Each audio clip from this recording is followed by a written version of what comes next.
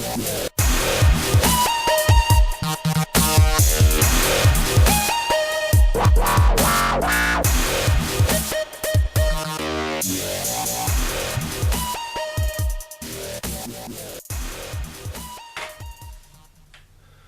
evening and welcome to another Me Monday. As we have come to know, I record these videos on Fridays, which means I get to drink wine. Also, I had a shitty week, so if I look run down and low on energy and maybe a little bit saltier than normal, hey, fuck it. I had a bad week. Note, we are going to get into our wine tasting of the week. Picked up a Sterling Vintner's Collection Sauvignon Blanc. I read the label because last week I seemed to have been unable to pronounce the name of the wine, so I wanted to be crystal clear about what I was drinking this week. I'm going to get straight to the drinking, but while I'm doing it, I've got a few words of advice for Sterling and your website to lay on you, so give me a minute here and we'll have that discussion.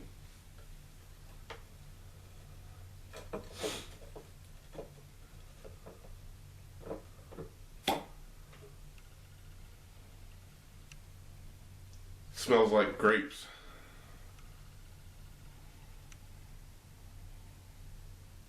It smells like limes too. Very citrusy.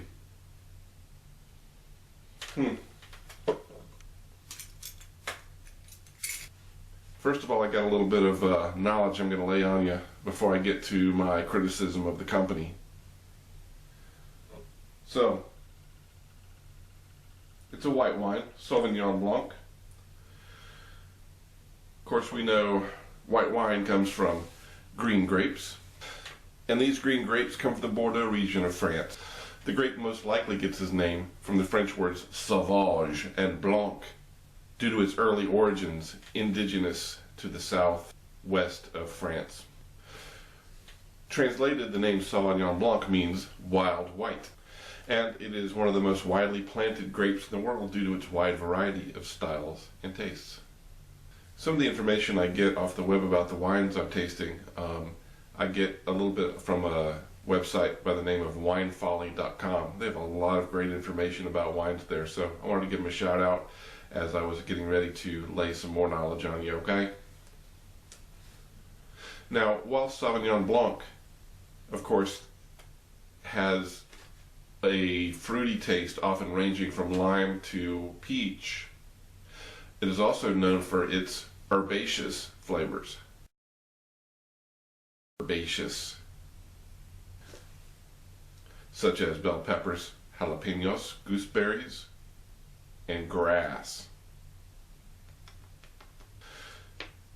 And apparently these come from aromatic compounds called pyrazines, which are the secret to the flavor of the Sauvignon Blanc. Most Sauvignon Blancs are fermented completely dry, meaning that they don't have any sugar left to turn into alcohol. However, some wineries in New Zealand and in California have been known to leave a gram or two of residual sugar to create a richer texture. As you would imagine with a white wine, all of the white meat, fowl, fish of all kinds, seafood. But because of its herbaceous nature, it apparently also goes with a lot of green vegetables as well. Now another thing that, oh, I'm sorry, I need to drink some of this.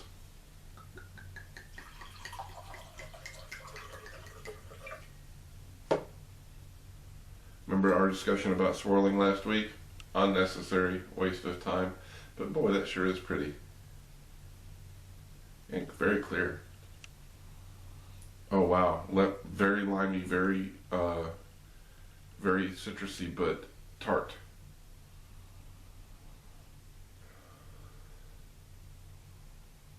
And something else, woodsy, well, I want to say a woodsy smell, but it's more like a mushroom or a not mold, but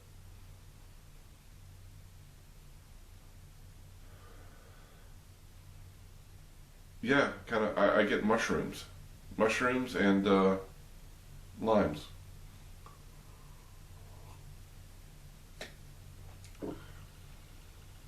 Very, very tart, very dry, astringent, I would say, which makes you want to pucker. I didn't get enough of that.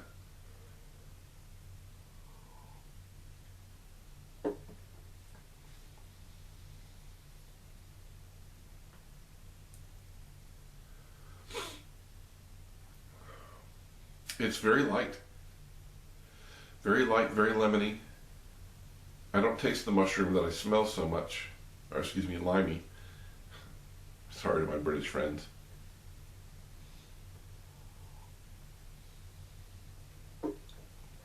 It's good though. The lightness of it makes it good.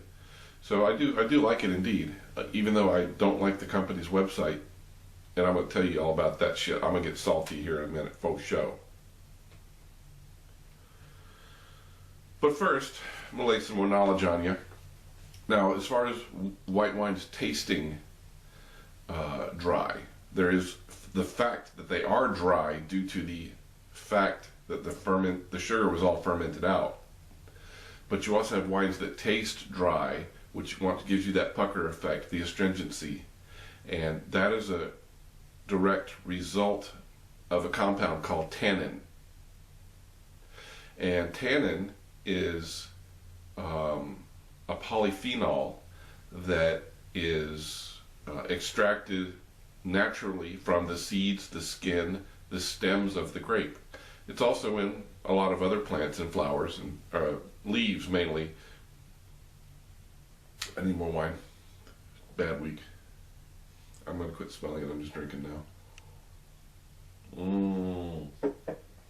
This is a wine that is definitely something that could be dangerous because it is so light. It is very easy to drink. But I do think the tartness, for me personally, the tartness would wear on me enough to where I would probably stop after a couple of 3 glasses. We'll see. We'll see how it goes. I promise you I will get to at least 3. So tannin you get from a lot of other things like tree bark, cinnamon, the leaves of trees, chocolate. Red beans as well has a lot of it in there. Now, because the tannins come from the skins and the seeds of the grapes, a lot more tannin is found in red wines than in white wines.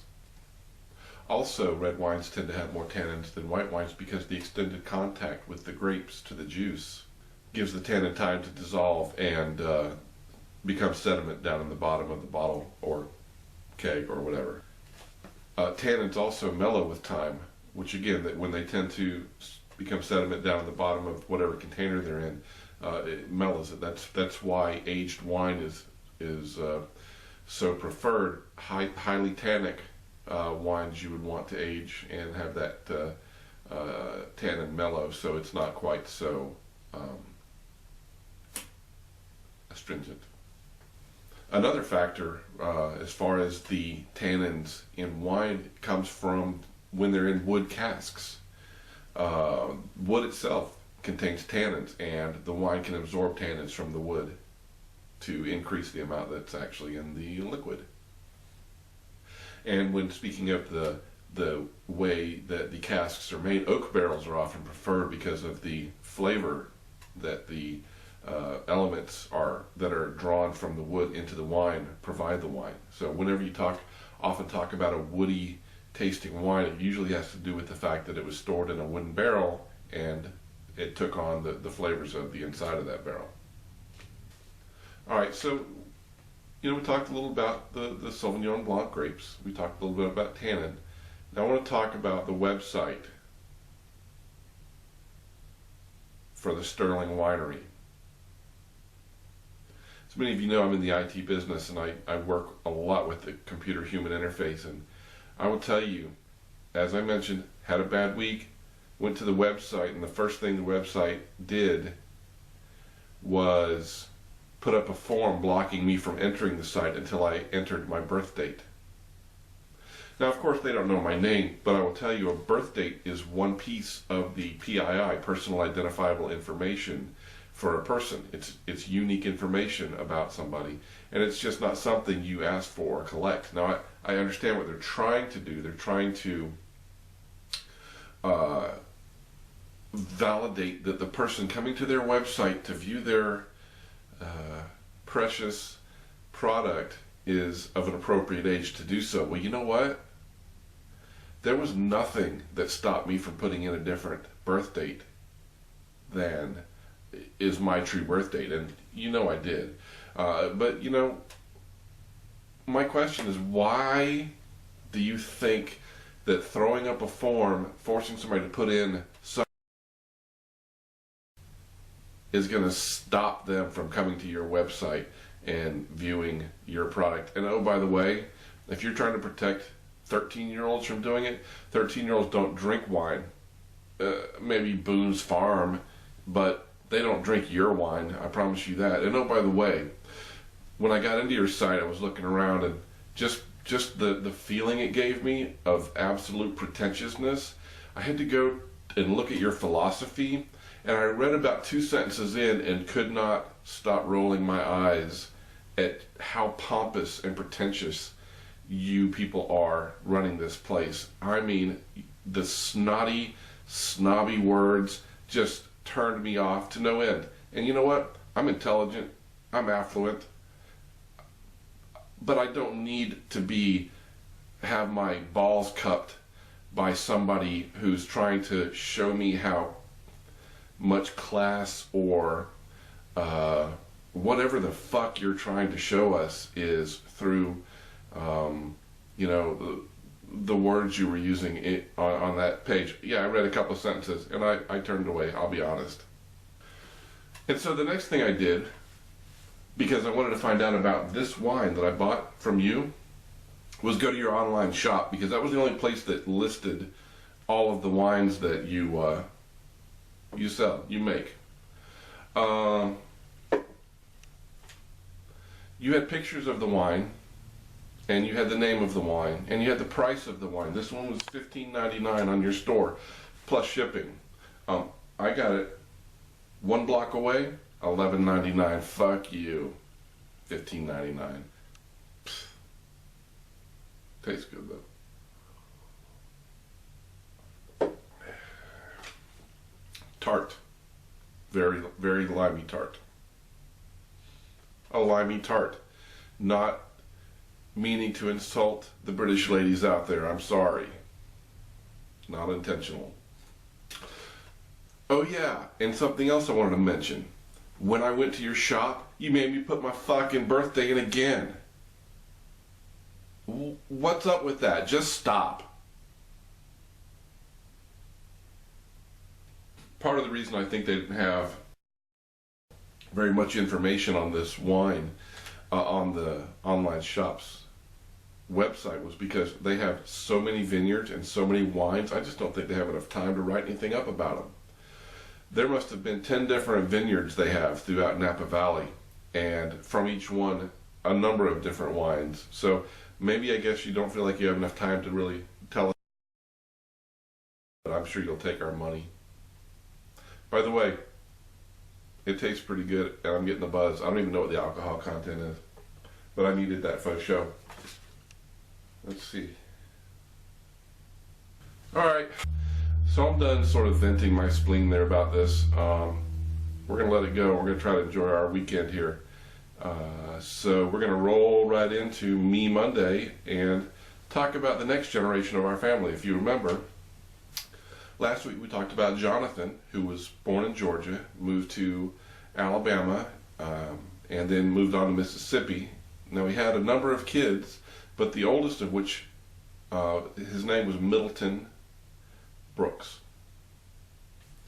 Now, Middleton was born on the 20th in Eatonton, Georgia.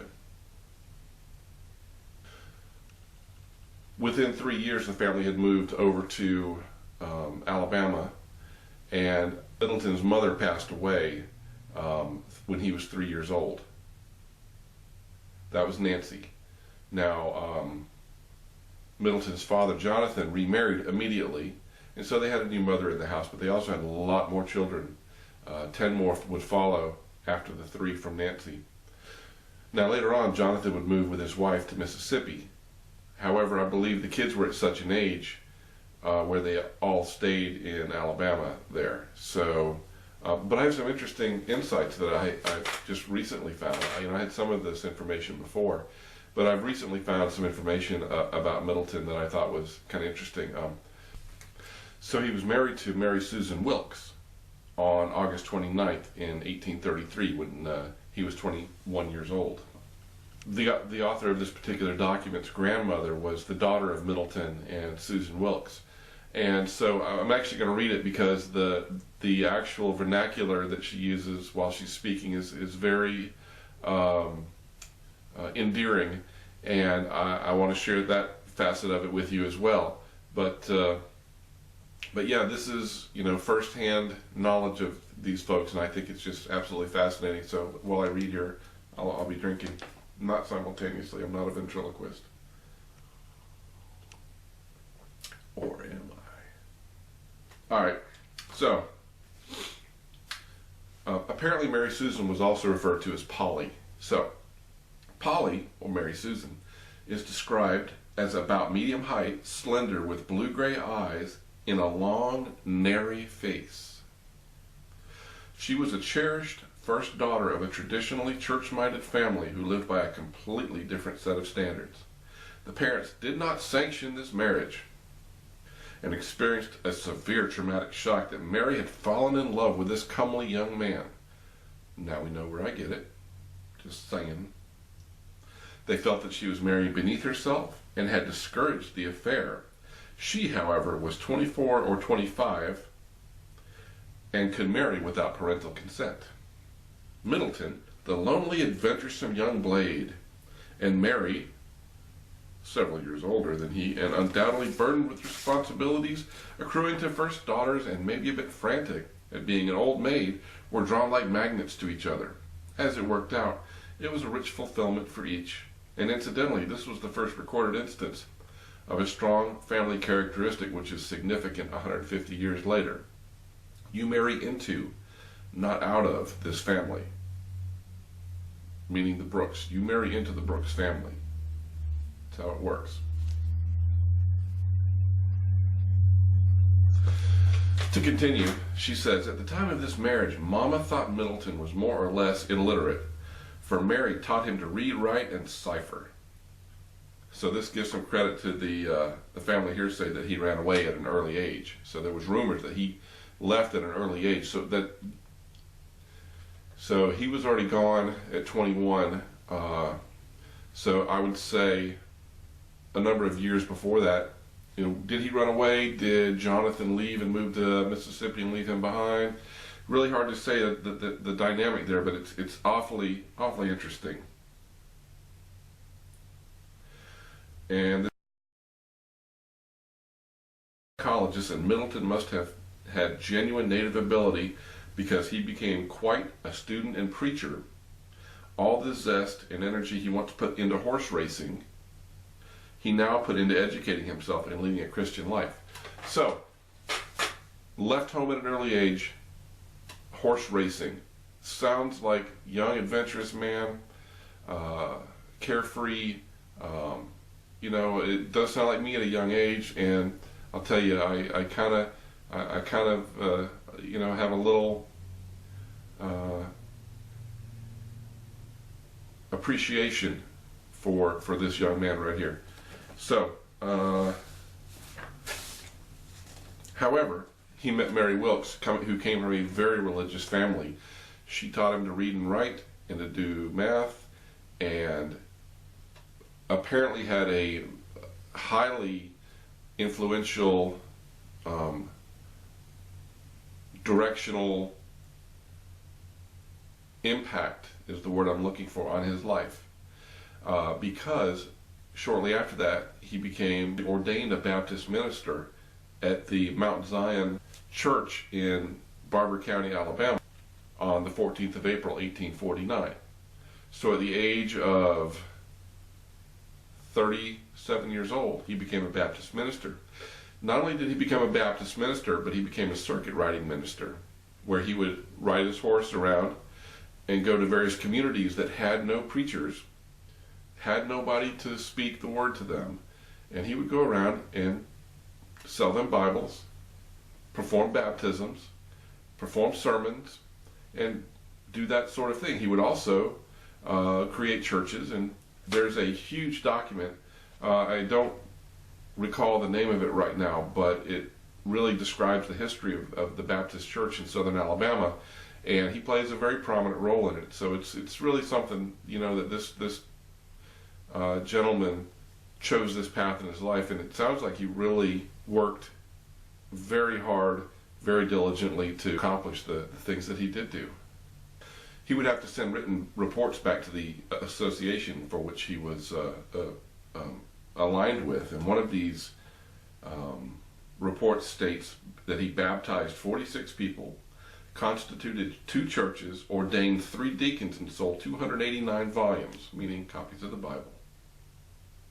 And in his report for 1860 says he worked 215 days, received 28 by baptism, 8 by letter. I don't know what that means.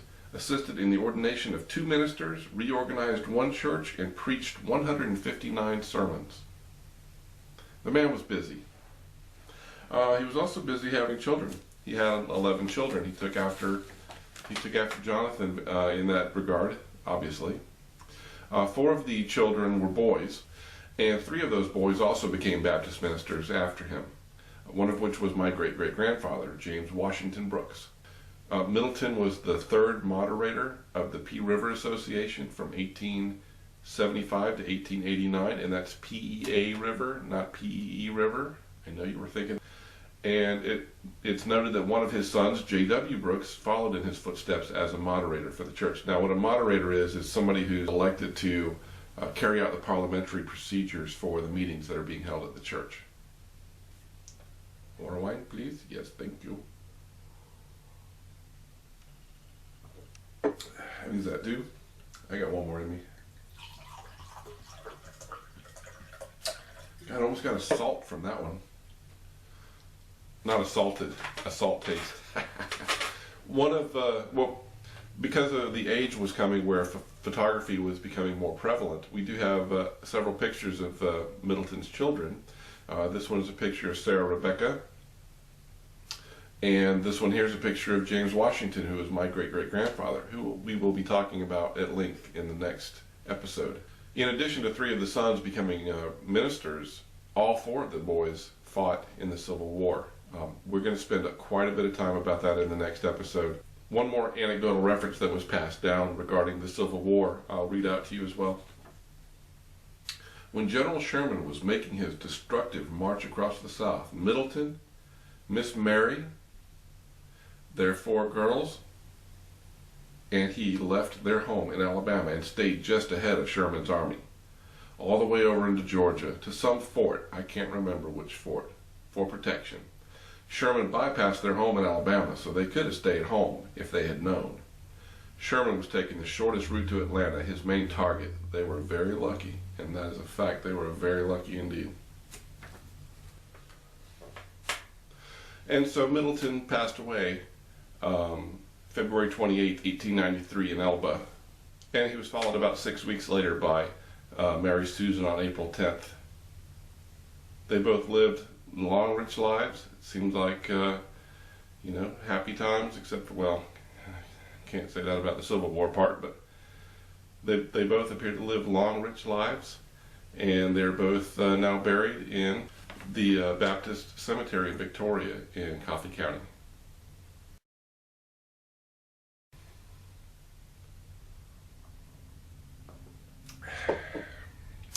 Tart, yes. All right, that's it for tonight's Me Monday. I appreciate y'all coming by. It was nice having a chat with you.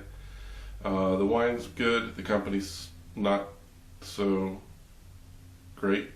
It was nice getting to talk about another generation of our family. Next week we'll get into the James Washington era and the Civil War. Yeah, well, I guess I'll see you in a couple of days for WTF Wednesday. And you guys I hope you had a great weekend, and I hope the rest of your week goes well. All right, good night.